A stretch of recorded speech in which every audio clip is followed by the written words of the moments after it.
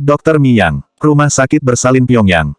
Daehyun baru saja menghentikan mobilnya di parkiran di salah satu rumah sakit bersalin yang ada di Seoul. Mereka datang ke sana setelah mendapat rekomendasi Dr. Kang. Menurut Dr. Kang di rumah sakit itu ada dokter kandungan yang berjenis kelamin wanita. Itu sebabnya Daehyun setuju untuk datang ke sana. Mereka sampai di rumah sakit itu setelah melakukan perjalanan selama 1 jam.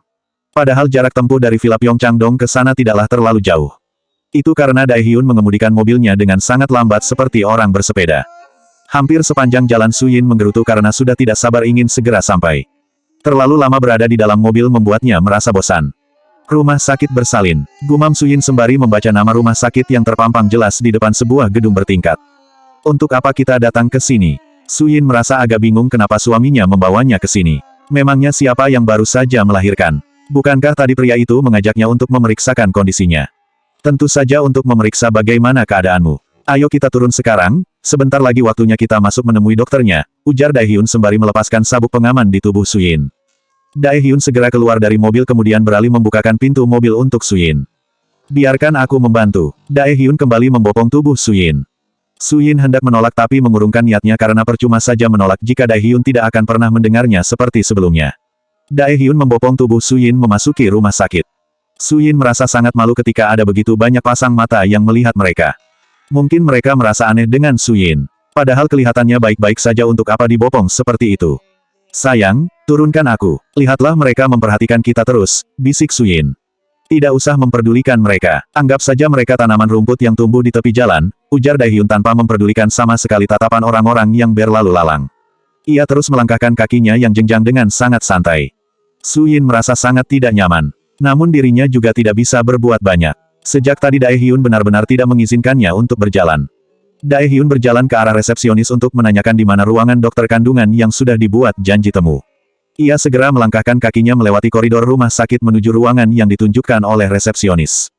Sepanjang lorong Suyin terus bertanya-tanya di dalam hatinya. Untuk apa mereka datang ke sana? Barulah ketika sudah berada di depan ruangan dokter, Daehyun menurunkan Suyin karena mereka sudah sampai. Tok, tok, tok. Daehyun mengetuk pintu terlebih dahulu. Terdengar suara langkah kaki mendekati pintu. Tak lama keluar seorang perawat dari dalam ruangan. Silahkan masuk, ucap sang perawat dengan sopan. Daehyun berjalan masuk sembari menggenggam tangan Suyin. Pria itu bahkan sampai menuntun Suyin karena takut jika Suyin terjatuh. Ia sudah kehilangan akal sehatnya karena gara-gara semalam hampir saja membahayakan calon anaknya. Daehyun mengerutkan dahinya ketika melihat nama yang tertera di meja. Ia seperti sangat mengenal nama itu. Semoga saja itu hanya sebuah nama yang sama. Tunggu sebentar karena Dr. Miyang sedang cuci tangan. Silahkan duduk, ujar perawat itu. Daehyun dan Suyin duduk di kursi yang sudah disediakan. Selang beberapa menit Miyang keluar dari toilet. Miyang adalah seorang dokter berusia 34. Umurnya hanya selisih sedikit dengan Daehyun. Ia memiliki kulit putih bersih serta rambut pendek. Tidak akan ada yang menyangka jika usianya sudah 34 tahun karena wajahnya terlihat jauh lebih muda. Miyang tertegun melihat pria yang tengah duduk bersama dengan seorang gadis muda. Pria yang sudah membuatnya jatuh cinta untuk pertama kalinya. Sampai detik ini bayangan masa indah dulu selalu tersimpan di dalam benaknya. Meski melihatnya dari samping, Miyang sudah mengenali wajah tampan yang selalu dirindukannya. Ia masih seperti bermimpi saat ini sehingga mencubit lengannya. Aduh, rintik Miyang lirih sembari mengusap bekas cubitannya sendiri. Miyang menghela nafas panjang untuk mengatur agar dadanya tidak berdebar. Dengan langkah pelan ia menuju ke mejanya. Ia merasa tidak enak jika membiarkan mereka menunggu terlalu lama. Maaf, kalian sudah menunggu, ucap Miyang sembari tersenyum ramah. Sebagai seorang dokter ia harus bersikap profesional. Daehyun memandang Miyang beberapa saat. Wajah wanita yang dulu dicintainya untuk pertama kali kini berada di depan mata. Itu cukup mengejutkan bagi Daehyun. Ia pikir nama itu hanya mirip saja. Tak disangka ternyata itu adalah orang sama. Tidak apa-apa, kami baru saja datang, ucap Suyin dengan senyuman manis tersungging di bibirnya. Daehyun mengalihkan pandangannya ke arah lain tidak ingin menatap Miyang. Baginya Miyang adalah masa lalu dan masa depannya saat ini adalah Suyin. Daehyun, apa ini adikmu? Tanya Miyang memberanikan diri. Ia segera menutup mulutnya karena keceplosan. Setelah diingat Daehyun itu tidak mempunyai adik perempuan, Miyang merasa salah bicara. Dia istriku, sahut Daehyun dengan nada datar. Kalian saling kenal, tanya Suyin dengan dahi berkerut. Kami hanya satu sekolah ketika SMA, sahut Daehyun dengan cepat. Tak ingin Miyang mengatakan hal aneh kepada istri kecilnya. Apakah kalian kemari karena Dr. Kang yang sudah membuat janji temu? Tanya Miyang mengalihkan pembicaraan untuk sekedar memastikannya saja. Padahal ia sebenarnya sudah mengetahui hal itu sebelumnya karena Dr. Kang sudah mengatakannya. Iya, sahut Daehyun dengan singkat dengan wajah tanpa ekspresi. Sayang, apa kita tidak salah masuk ruangan? Bisik Suyin. Mereka seharusnya ke dokter umum bukan malah ke dokter kandungan. Tidak, ujar Daehyun sengaja mendekatkan bibirnya ke wajah Suyin. Ujar Miyang. Nona, ayo ikut saya masuk ke dalam, ujar Miyang sembari berdiri. Suasana di ruangan itu terasa begitu canggung. Ia tidak menyangka setelah sekian lama tidak bertemu kini dirinya dipertemukan kembali dengan hal yang tidak terduga. Suyin mengikuti langkah Miyang ke dalam sebuah kamar yang digunakan untuk USG. Daehyun tentu saja terus mengikutinya dengan memasang wajah datar.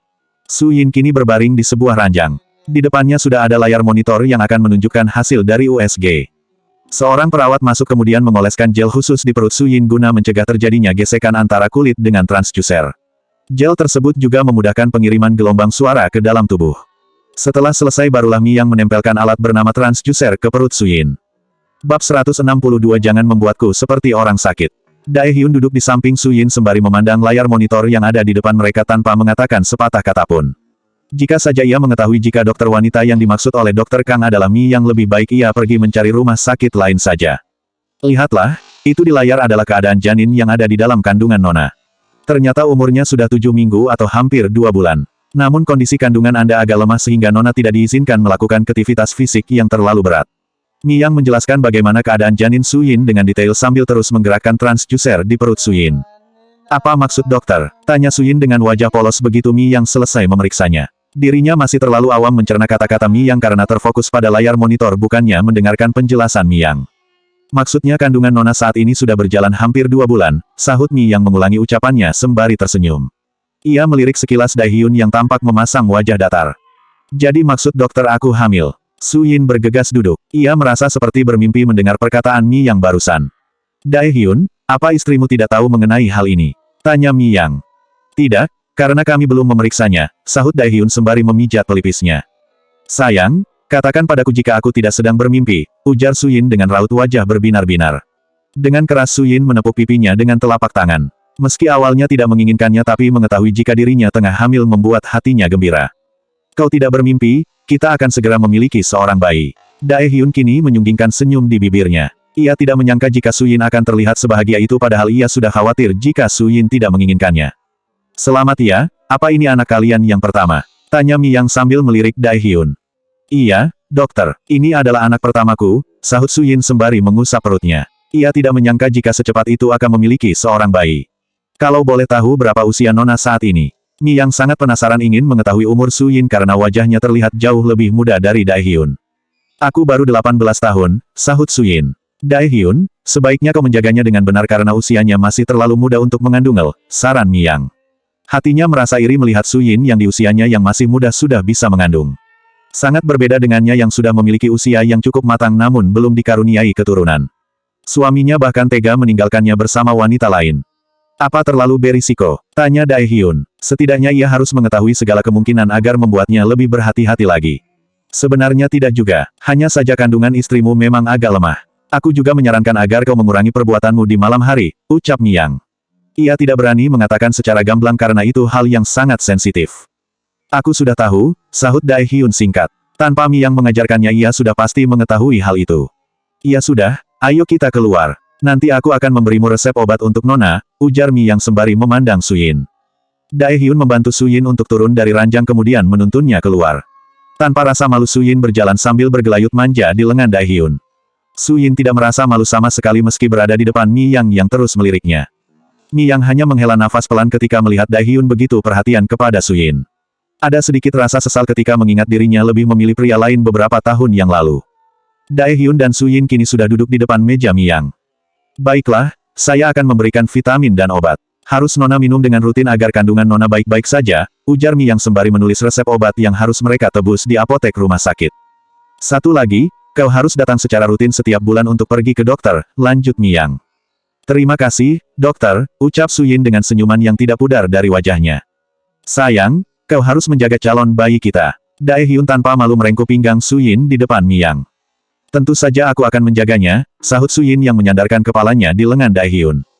Miyang memijat pelipisnya, ats rasa risih dan malu melihat kemesraan mantan kekasihnya bersama istri mudanya. Mi Yang adalah satu-satunya mantan kekasih Daehyun. Mereka berpacaran ketika masih SMA cukup lama sehingga bayangan masa indah masih membekas di hati Mi Yang. Jika gadis muda ini istrinya maka di mana Aeri? Apakah mereka sudah berpisah? Batin dengan penuh tanda tanya namun segera mengiyakan rasa keingintahuannya. Mi Yang dahulu mengetahui kabar jika Daehyun menikah dengan seorang model papan atas yang cukup terkenal. Tentu saja ia mengetahui jika wanita itu adalah Aeri. Kalau begitu kami permisi, pamit Daehyun. Lidah Mi Yang terasa keluh sehingga ia hanya menganggukkan kepala saja. Ia terus memandang punggung Daehyun yang lama-lama tak terlihat lagi.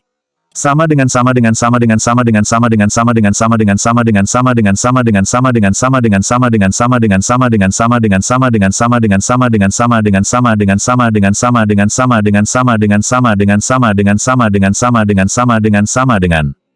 Daehyun mengemudikan mobilnya untuk kembali ke villa setelah makan malam terlebih dahulu di restoran. Suyin terus bergelayut manja di lengan suaminya meski Daehyun tengah fokus mengemudi. Sayang, jadi kau sudah mengetahui jika aku hamil dari Dr. Kang. Kenapa kau tidak mengatakannya padaku? Ujar Suyin sembari menengadahkan wajahnya ke samping untuk menatap suaminya. Iya, namun aku belum terlalu yakin sehingga aku tidak mengatakannya terlebih dahulu padamu. Bagaimana perasaanmu saat ini? Tanya Daehyun. Aku sangat bahagia, ucap Suyin dengan wajah sumringah. Ia terus memegangi perutnya yang masih datar. Daehyun terlalu bahagia sehingga tidak bisa mengungkapkan perasaannya lewat kata-kata. Ia bahagia karena tidak lama lagi mereka akan memiliki baby yang sangat lucu. Sayang, apa kau belum pulang menemui Yeon Ho? Tanya Suyin. Meski Yeon Ho bukan anak kandungnya tapi Suyin tidak ingin jika anak itu tidak mendapatkan perhatian dari ayahnya. Apalagi setelah malam itu ketika Yeon Ho begitu percaya kepadanya, sungguh ia tidak ingin menjadi wanita egois dan jahat. Belum, sahut Daehyun sembari menghela nafas pelan. Temuilah dia, jangan membuatnya sedih karena merindukanmu, ujar Suyin. Besok aku akan pulang, ujar Daehyun karena ia juga merindukan putranya. Tak lama kemudian akhirnya mereka sampai di villa. Seperti biasanya Daehyun akan buru turun untuk membuka pintu untuk Suyin. Ia hendak membopong tubuh Suyin namun gadis itu segera mencekal pergelangan tangannya. Sayang, aku hamil bukannya sakit. Aku tidak ingin kau memperlakukanku seperti orang sakit. Aku tidak selemah itu, gerutu Suyin. Sikap Daehyun kepadanya terlalu berlebihan sekali. Baiklah, tapi hati-hati, ujar Daehyun sembari membiarkannya untuk turun dari mobil sendiri. Daehyun berjalan di samping Suyin sembari menuntun istrinya berjalan. Bukankah sudah kukatakan jangan membuatku seperti orang sakit? Suyin melotot ke arah suaminya. Aku hanya kau takut terjatuh, sahut Daehyun. Biarkan aku jalan sendiri. Daehyun akhirnya menjauhkan dirinya dari Suyin hingga berjarak 1 meter di belakangnya. Bab 163 menunggu ayah dan ibu. Pagi-pagi sekali Daehyun sudah bangun karena akan pulang ke UN Village karena semalam Jo Yeon Ho juga sudah memintanya untuk pulang. Ada rasa cemas ketika harus meninggalkan Suyin. Hatinya masih belum tenang saat ini karena teringat ucapan Mi Yang tentang kandungan Suyin yang lemah. Apa tidak apa-apa aku meninggalkanmu? Tanya Daehyun. Saat ini mereka berada di ruang makan untuk sarapan dengan posisi duduk yang saling berhadapan. Tidak apa-apa, kau tidak perlu khawatir. Suyin meremas jemari Daehyun yang berada di atas meja makan. Kau harus segera menghubungiku jika merasa sakit seperti kemarin, ujar Daehyun. Matanya yang berwarna coklat terang kini meredup karena kekhawatiran yang dirasakannya. Aku yakin bayi kita akan baik-baik saja. Suyin menurunkan pandangannya untuk melihat perutnya yang terhalang kain. Ia mengusap perutnya dengan lembut. Daehyun melepaskan genggamannya dari tangan Suyin, lalu menghampiri istri kecilnya yang berada di seberangnya. Ia duduk berjongkok di hadapan Suyin. Dengan lembut ia mengusap perut yang masih rata itu. Sayang, baik-baiklah di dalam sana. Kau harus kuat agar kita bisa bertemu, ucap Daehyun sembari menyingkap baju yang dipakai Suyin kemudian menempelkan wajahnya di perut itu. Ini pertama kalinya Daehyun merasakan kebahagiaan karena sebentar lagi bisa merasakan menjadi seorang ayah dengan gadis yang dicintainya. Dulu ketika Aeri mengandung, ia tidak pernah merasakan sebahagia saat ini. Bahkan ketika Jo Yeon Ho lahir ia merasa biasa-biasa saja seperti tidak ada yang istimewa.